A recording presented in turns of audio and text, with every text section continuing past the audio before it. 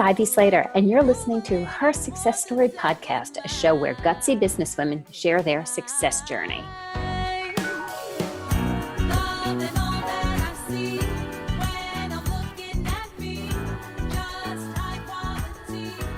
Hi, this is Ivy Slater, and welcome to today's episode of Her Success Story. Today, I have a guest who I admire greatly in what the work she's done. And I understand so much of it, and I understand so little of it. So I'm inviting you in with me to continue to learn more. Brandi Bernoskie is the founder and CEO of Alchemy and Aim. She is a web developer, digital strategist, and her company, as well as she also owns North Star Sites. Her companies help entrepreneurs and business owners elevate their online presence, enhance their digital experience, and embrace their authentic online selves.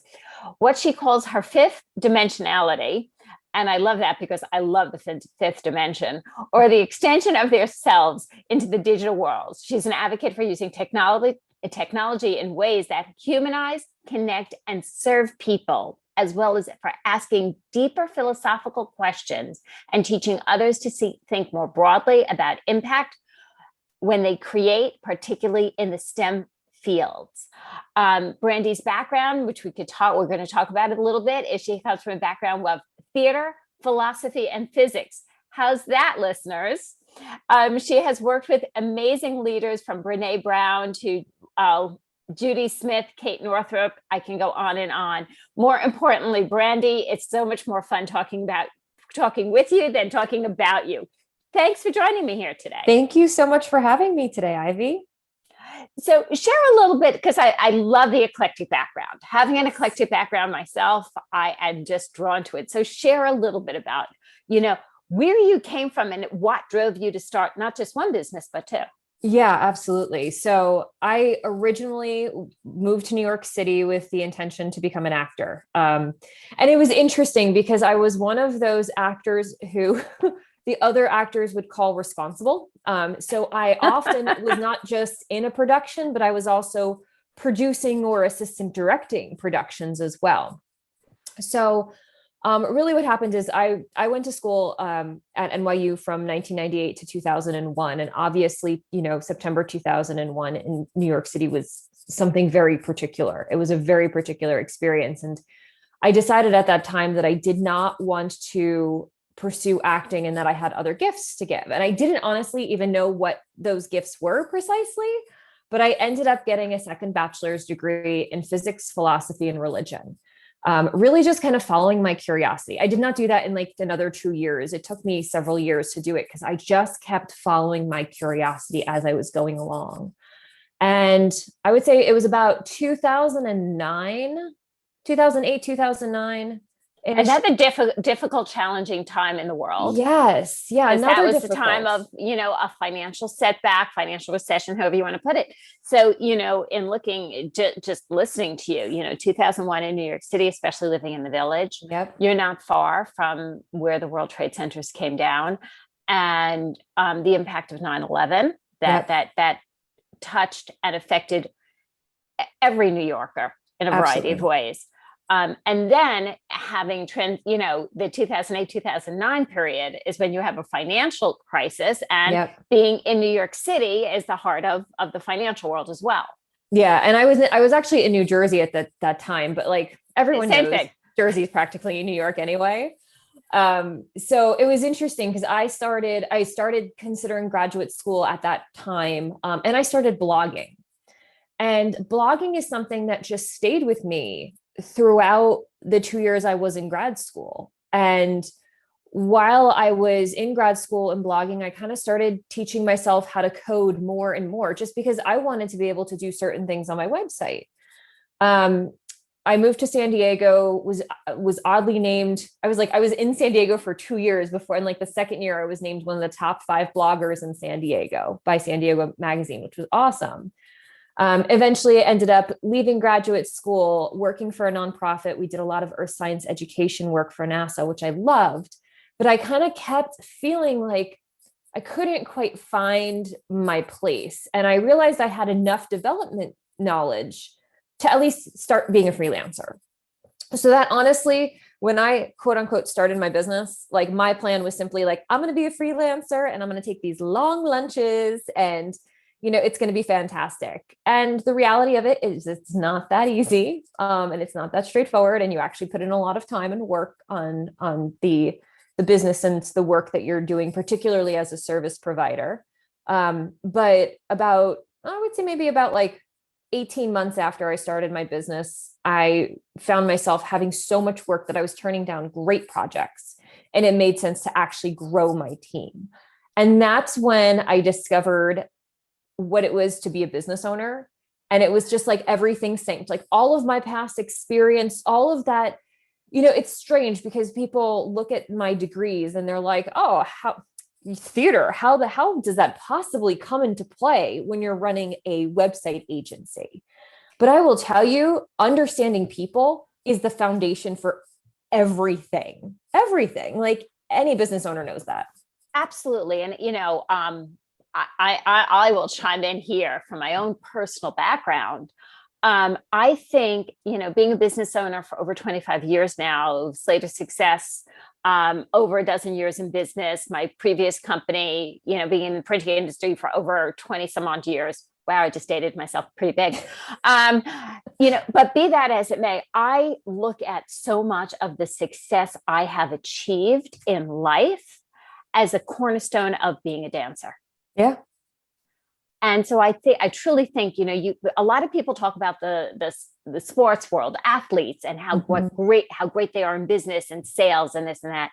And sometimes performing arts doesn't get that same play, but the performing arts world has a great foundation, because no matter what, when you're due to come on stage, if you have a stomach ache, a headache, your back hurts, you might have twisted something wrong, you had a bad day, things didn't kind of line up, your kids were crying, your parents were this, whatever went on, you still showed up. Yeah. And you showed up on time because it was unacceptable not to.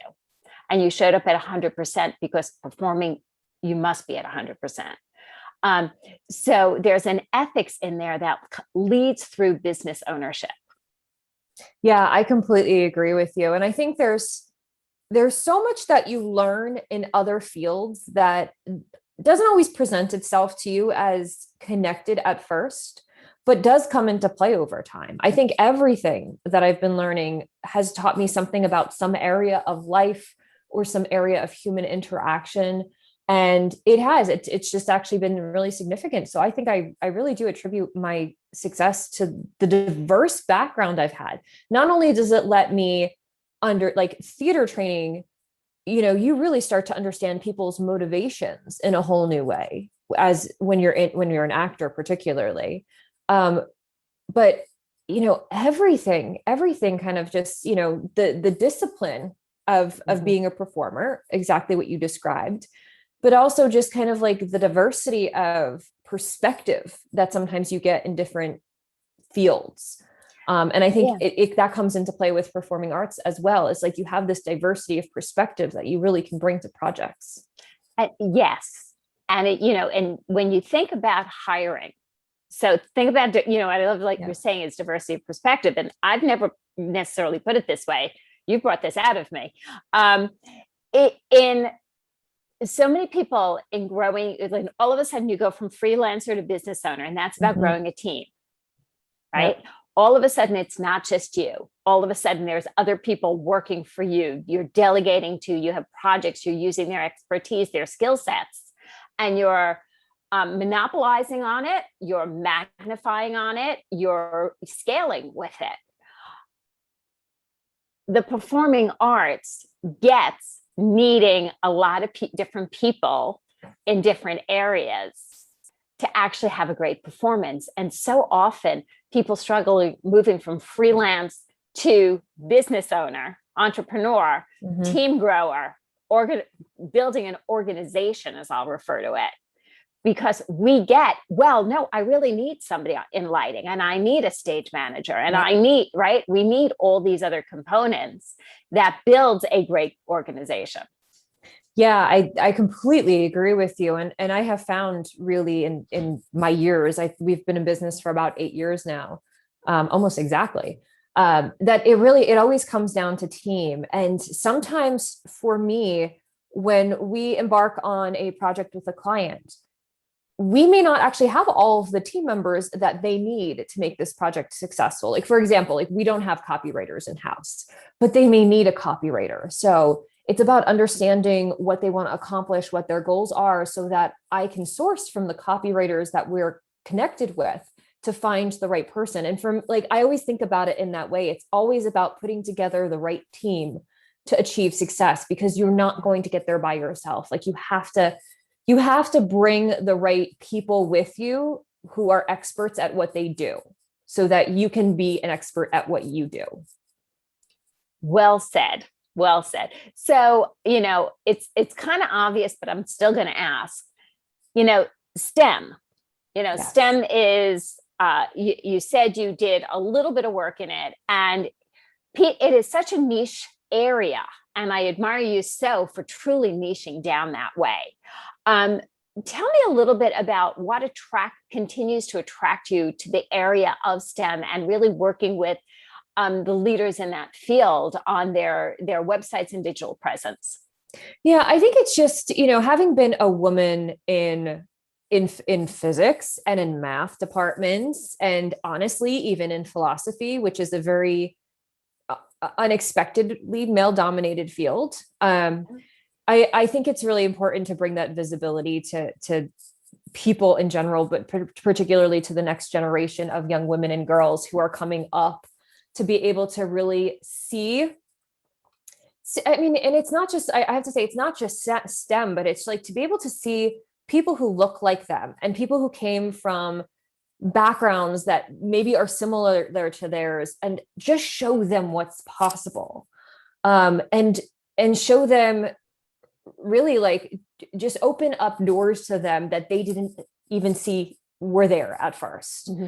So, being, and now still, like, being a developer and being a woman in technology, there are certain things I see about how development and technology have been done that I am becoming more and more cognizant of and aware of, and looking to make changes. And yeah, maybe I can't have an impact in the entire field in a single day, but I can certainly have an impact in my company, and an impact in friends' companies who are in similar kind of like technology fields. And together we're able to just kind of start making those little impacts. And I think it's great. Like, one of the things I really love is that, particularly today, people don't feel restricted by their background. Like, I'm seeing so many of our clients really stepping into fields unexpectedly, or areas unexpectedly, that maybe they didn't even know what was a possibility when they were in grad school or in college and studying. So they're utilizing their STEM knowledge, I think, in so many different ways, and their research knowledge and the scientific method in a lot of different ways that become very, very valuable to everyone, just from, kind of seeing what's possible and understanding what's out there for them. So, I want to ask you, so in the work you do, when you apply it to your own business, websites and digital presence, how does that impact you as a business owner? Like, what avenues have you used to scale and grow your business, especially in this kind of niche area? Because a lot of people might think, well, STEM, is that an online digital marketing, right, area? Yeah. So that's coming from my curiosity. Yeah, frankly, for me, my business has grown in my favorite way of marketing, which is relationships and referrals. Like, I love building very strong relationships with people, and people know other people, and that's a fantastic thing. So in some ways, I'm like, I return to my theater training of just like, you build the community, and the community will come back to you, and you can make those connections and things like that. But I do think, obviously, as a website like developer, like, we have to have a consistent and a coherent and an aligned web presence. That doesn't mean I have to do, crazy marketing funnels and things. That works really well for some of my clients. It's actually not really aligned with who we are as a business or how we want to run our business. And that's just how it is. But I do think that's something that a lot of people don't always think about with regards to their web presence and their, their web experience, because this kind of comes back to like, we are kind of now extensions into the digital world. Like, that's how people start to find out about us. It's not just a conversation with us, it's a conversation with Google. Like, people are Googling your name and what is coming up. Is it the content and the material and the website that you want people to see? Or do you have like dark MySpace GeoCity corners that maybe need to be like deleted because they were from like your youth, and maybe that's not what you want shown online anymore? So I think that's kind of a really kind of important component. And it's one of the things that we spend a lot of time with on a regular basis, is like, and a lot of our clients do as well. We walk them through it of just like, how do we clean up the digital presence and experience that people have of us? Sometimes it's deleting an old Instagram post that's no longer aligned or things like that. But I think, taking that time to make sure that your values as a company or as a contractor are aligned with what's being showcased digitally online, and not just on your website, but on social media platforms as well, is a really kind of important process to go through. And I think that makes an enormous amount of sense, because so often, and as we should, we delegate. Yes. Going back to our earlier portion of this conversation, and it's easy. We delegate some pieces of the digital marketing. We delegate, we hire web people and copywriters, and as leaders of our own company, it falls on us to be that final eye, or making sure somebody has our back and making sure somebody is looking at the cohesive message that is put out there. Yes. Yeah. I think that's everything. Because that is what builds trust these days. And we know that trust is a little in short supply right now. A lot of our trust has been shaken in some of what we previously thought were trustworthy institutes. So the more consistent we can be and the more aligned we can be, the more we are going to attract the right people overall. I think that is brilliantly said. One of the things that you and I were talking about that I thought would be really great to bring into this conversation was, this digital presence. Mm-hmm. Okay. It is so vast. It is, just look in the last few months, we now have Clubhouse on the market, right? New technology. And I know one of the things you like to talk about is like, look, business owners looking at different new technology. But before we do that, the digital presence, what are business owners missing? What don't we know? Or what should we be paying more attention to? Because there's so much out there right now.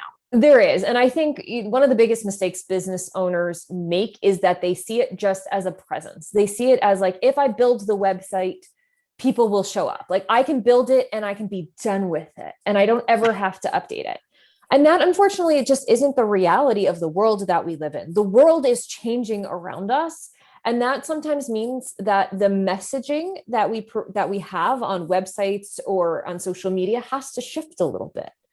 I like to think a lot about restaurants at the beginning of the pandemic, when everything really shut down.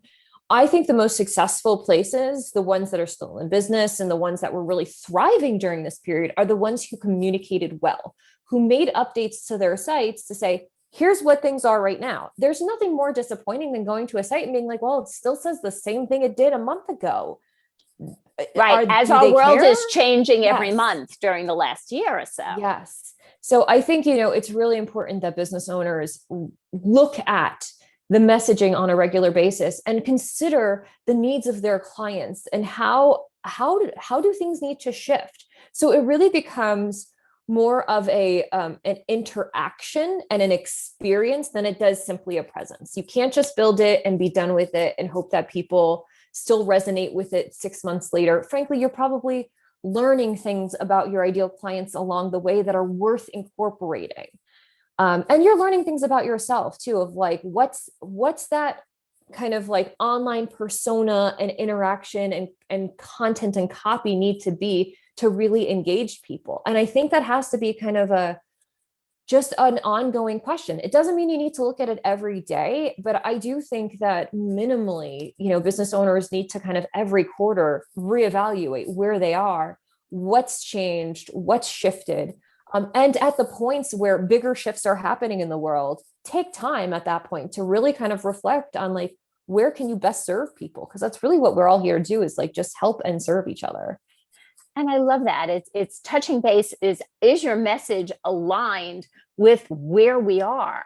What's happening in your client base, what's happening in the world. And even if you can't shift your website that quickly, right? Make sure the posts you're putting out there, the blogs you're putting, going back to your blogging, are current, and that's getting posted to that website, right? Yeah. So you have to have a diligence. I know for us at Slater Success, I review the website twice a year. I'm finding it incredibly interesting that you're suggesting once a quarter. I think particularly in the last year, once a quarter feels probably even more timely. I previously to that, I would have said, every 6 months is probably a really solid, setup. But lately it just seems that it's all accelerated. Yes. And what I'm also hearing you say is, depending upon your industry, listeners, know where your industry falls. If you have an industry that's on an ever-changing thing, i.e. the food industry right now, delivery services in this past year, those, look at what your industry is and how you should be staying current is what I'm hearing. Yeah, that's absolutely true. And it does. It's the frequency for, industries is going to vary. So, what are, we touched on Clubhouse, and I think a good piece is because we've had an onset of another new platform come out in the last, I don't know how many months, a few months. It seems like yesterday. And, other things fall by the wayside. And believe me, there'll be another thing. If it's not later this year, it will be next, right?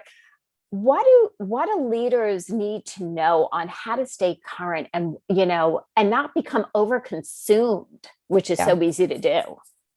Yeah. So I have these conversations very frequently with people, and it goes back honestly to my earliest days in development when I was working primarily with bloggers, and we would start working on their site, and I would be like, hey, what social media do you want on your sidebar? And they were like, all of it. I need all of it on my sidebar. The reality of it is that we can't do all of it. And that's true, not just of social media, but of technology. You can't assimilate all technology. It's probably not good for your business, and it's not good for your time or your energy as well. I do think it's important when new platforms emerge to be curious about them and to kind of get on and explore them a little bit and see what is the demographic that's hanging out there. Watch, like, are people having successes that, may align with successes that you'd like to have on those platforms, and be willing to try it. But that's not to say that as a business or, as a provider, you need to be everywhere all at once. That's, like I said, it's actually not like, you can't be your best if you are everywhere.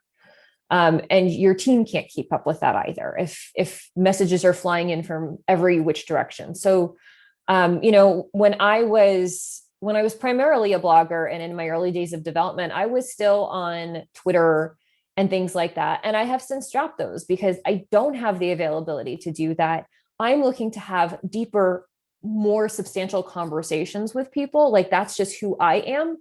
And given how I like to operate, Clubhouse seems to be a kind of a more aligned platform for me. So that's why I am exploring it. And I'm kind of watching what people do, watching what some of my clients do and the success they have in there, and making plans for it. So I think that's just, social media, any type of technology, be curious about it, but know that it's not something you have to adopt. If your people are not there and they're somewhere else, be where they are, not just on all channels.